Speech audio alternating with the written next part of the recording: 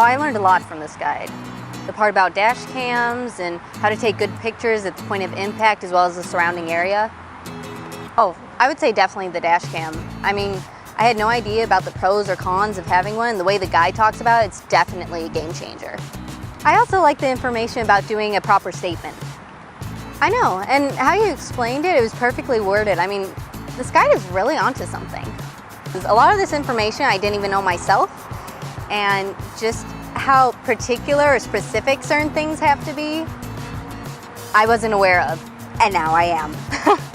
That really caused me just a lot of stress, as well as a lot of loss of money, because I did not know these things. So now having this guide and being aware of these particular things, it's definitely helped me a lot.